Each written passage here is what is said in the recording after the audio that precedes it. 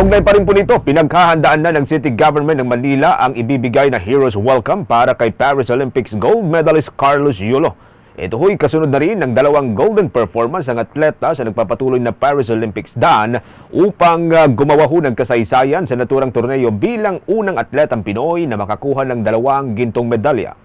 Ayon naman kay Manila Mayor Hani Lacuna Pangan, tatanggap din itong si Yulo ng iba pang mga pagkilala at mga reward. Nagbigay niya ng pride and glory sa Pilipinas ang 24 anyos na gymnast at ipinagmalaki ito ng Manila City. Maliban po sa City Government ng Manila, pinaghahanda na rin ng City Council ang mga pagkilala at iba pang mga reward para kay Yulo. Etong si Carlos Yulo, mga kabombo, ay residente po ng Malate, Manila at una nang tumanggap ng Gawad Manileño Award at Outstanding Manilan Award nitong nakalipas na mga buwan.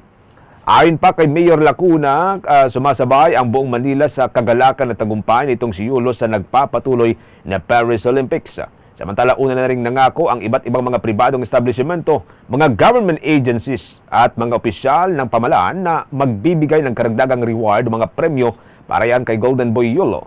Kabilang na rito ang 10 milyong piso mula yan sa national government, saling po yan sa itinatakda ng batas.